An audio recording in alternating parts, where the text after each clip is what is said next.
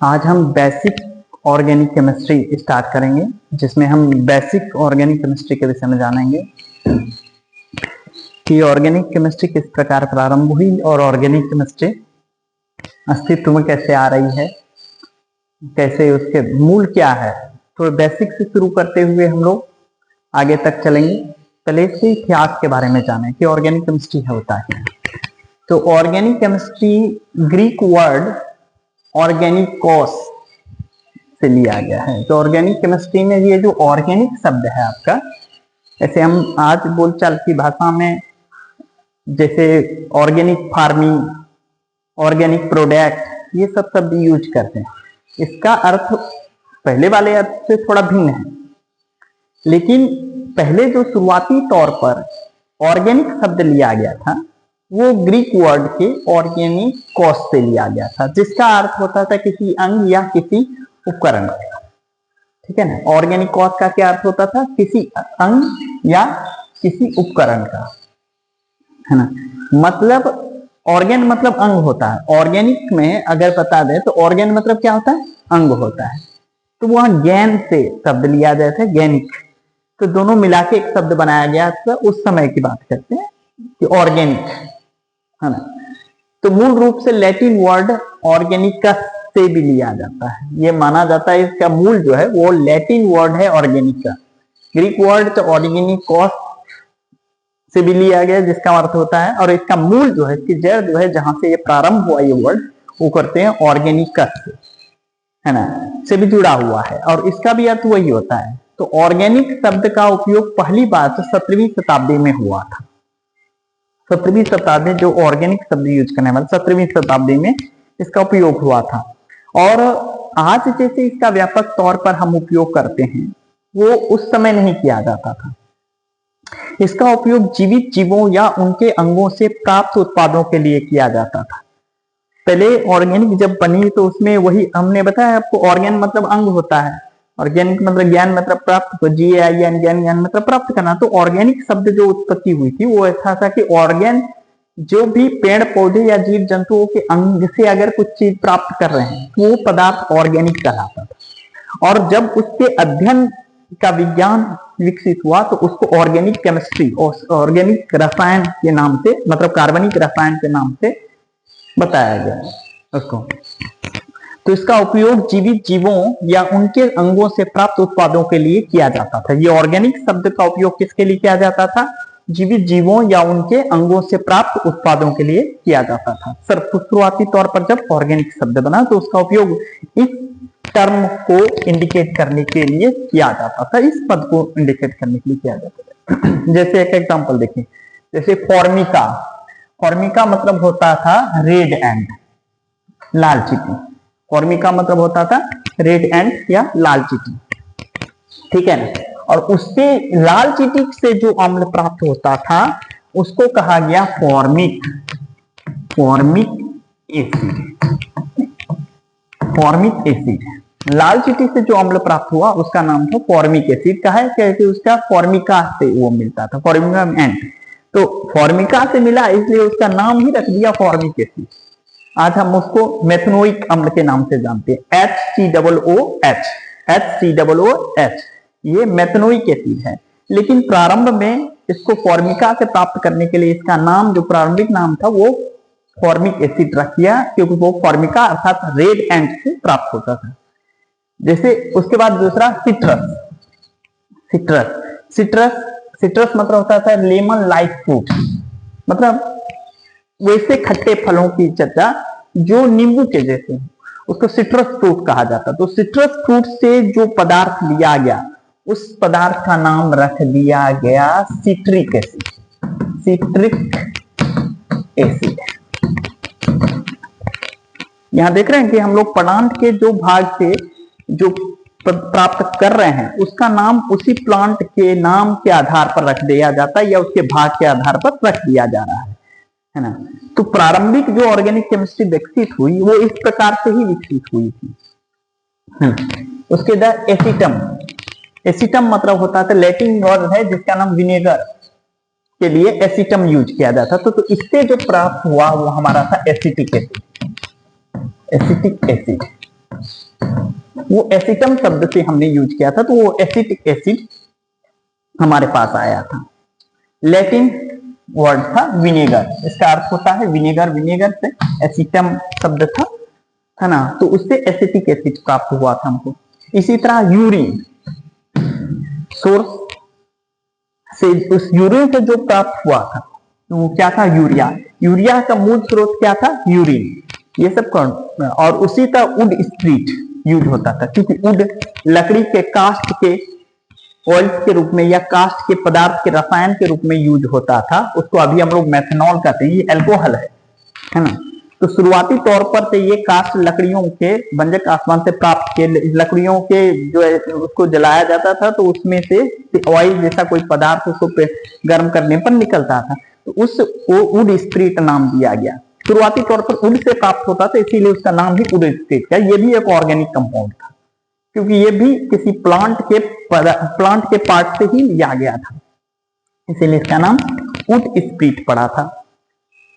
अब शुरुआती तौर पर कहा जाए तो ये बहुत बड़ी बात थी उस समय से। तो हमने प्रारंभ में कार्बनिक यौगिक उन पदार्थों को कहा जाता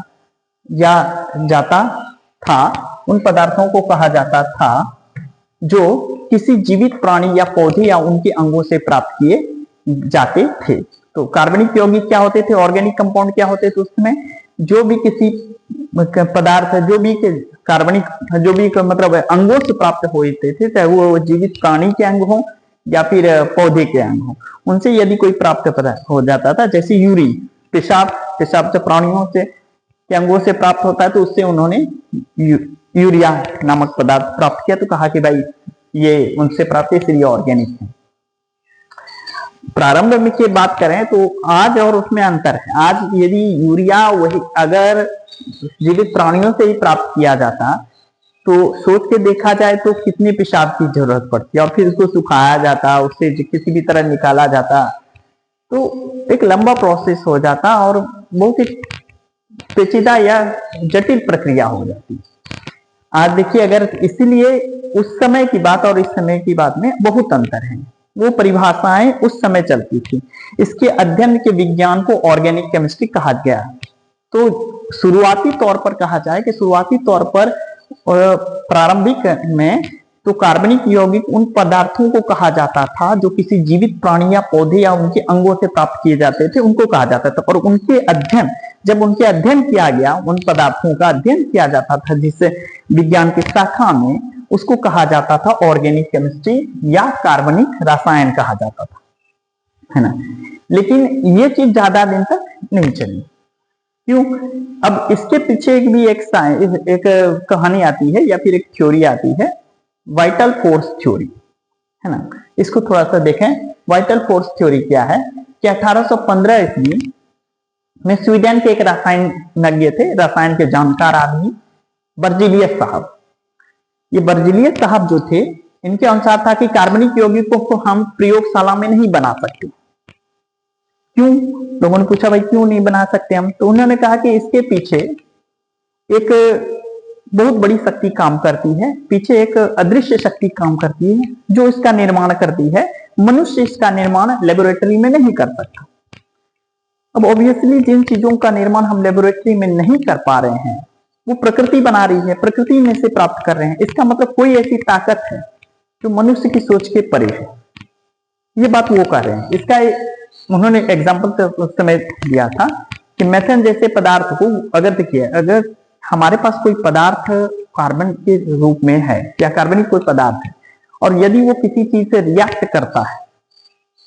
करता है और कोई नया पदार्थ बनाता है, वो भी कार्बनिक पदार्थ पहले से विद्यमान है प्रकृति में, तो हम कह सकते हैं कि हाँ, इसका संश्लेषण किया जा सकता था, इसको बनाया जा सकता था। या किसी अकार्बनिक पदार्थ को हमने मिलाया और कार्बनिक पदार्थ बन गया, तो भी हम कहेंगे संश्लेषण किया जा सकता है। इसके लिए जरूरी था कि मेथेन जैसे पदार्थ का किसी पदार्थ से रिएक्शन करना। तो इसका रिएक्शन जब सूर्य के प्रकाश में किया कराया जाता था, डायरेक्टली सनलाइट में करवाया जाता, तो ये नहीं करता था, दिन में नहीं करता था।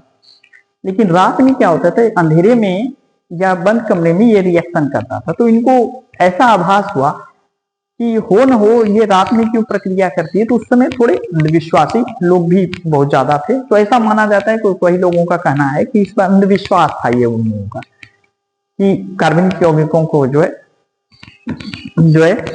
प्रयोगशाला में संश्लेषित नहीं किया जा सकता है।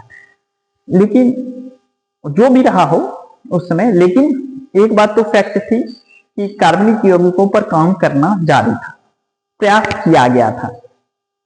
तो वर्जीनियस ने यौगिकों नहीं, जो हम बताए के अनुसार कार्बनिक यौगिकों को प्रयोगशाला में नहीं बनाया जा सकता, क्योंकि इनके निर्माण के लिए कुछ रहस्यमय बल, इसको वाइटल फोर्स कहा गया, जिस जैव शक्ति कहा गया उत्तरदायी है, वाइटल फोर्स थ्योरी, इसलिए ये थ्योरी बनी वाइटल फोर्स थ्योरी। और उसके बाद इतने बड़े साइंटिस्ट जब कुछ कह रहे हैं तो उनके नीचे जो लोग बैठे हुए हैं उन लोगों ने भी मान लिया कि हाँ भाई, ये आदमी अगर कुछ कह रहा है तो कुछ सही ही कह रहा होगा। तो सोच के देखिए 1815 की बात है, और ये 1815 से उस बात को कहते हैं, ये सिद्धांत 1828 तक चलता है। 1850 में ये देते हैं, 1828 तक ये चलता है, और 1928 में इसका अंत होता है। ठीक है, 1928 लगभग 100 ईयर्स लग गए इस सिद्धांत को अंत होने में। 100 ईयर तक माना जाएगा कि वो लोग उसी चीज को विश्वास कर रहे थे, और नए कार्बनिक यौगिकों के संश्लेषण पर कोई बल नहीं दिया जाता था, कोई बल नहीं दिया जाता। 18th सेंचुरी के पहले, अगर 17th सेंचुरी के पहले अगर साइंस देखा जाए तो उसमें इनऑर्गेनिक केमिस्ट्री का योगदान है, तत्व की खोज हो रही है, तत्वों का योगदान हो रहा है। कार्बनिक रसायन पर लोग काम नहीं कर रहे हैं, इसलिए नहीं कर रहे हैं क्योंकि एक थ्योरी उनके सामने है जिसमें यह बताया गया है कि भाई कार्बनिक रसायनों को, कार्बनिक पदार्थों को हम प्रयोगशाला में नहीं संश्लेषित कर सकते। उसी का नतीजा था यह सिद्धांत 1828 तक मान्य रहा, किंतु 1928 में जर्मनी के एक रसायनज्ञ, दूसरे एक रसायनज्ञ 100 साल के बाद आए हैं, उनका नाम है वोलर। इन्होंने क्या किया, ammonium sulphate NH4 ammonium sulphate और पोटेशियम साइनेट नाम के दो यौगिक लिए, और इसको गर्म कर किया, और इनको बनाना था अमोनियम साइनेट। किसको, अमोनियम सल्फेट और पोटेशियम साइनेट दोनों को रिएक्शन करवाना था, जिसके कारण इनको अमोनियम साइनेट नाम का यौगिक बनाना था। लेकिन जब इन्होंने उसको बनाया, तो प्राप्त करने के प्रयास किया, तो उसमें एक अन्य यौगिक बन गया, रिविन्यास, उसका पुनर्विन्यास हुआ और एक नए यौगिक बन गया। जब उसकी, ये दोनों अकार्बनिक पदार्थ, ठीक है ना, ये दोनों को अकार्बनिक पदार्थों की श्रेणी में रखा जाता है, लेकिन जब इनके रिएक्शन करवा के एक नए यौगिक बना तो ये बन गया NH2CO NH2, जिसे यूरिया कहा जाता है।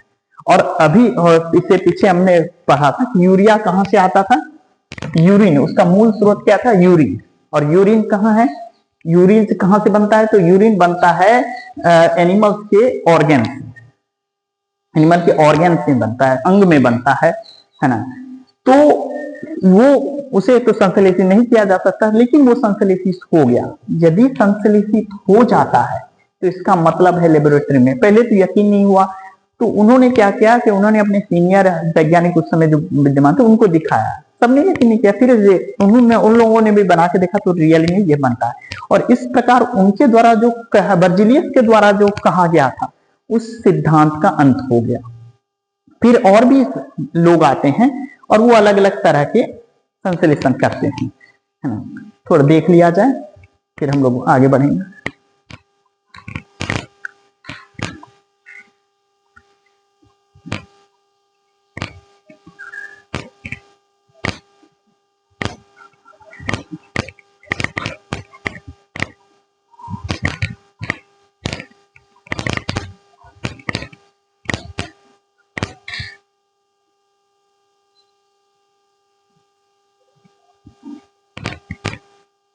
अब पहले मैंने कहा कि वो मेथेन इसलिए रिएक्शन नहीं कर रहा था क्योंकि उसको डायरेक्ट सनलाइट नहीं चाहिए था, है कि नहीं। और दिन में हो सकता है इसलिए वो रिएक्शन नहीं कर रहा हो क्योंकि उसको डायरेक्ट सनलाइट नहीं चाहिए होगा, इनडायरेक्ट चाहिए होगा, अंधेरा चाहिए होगा।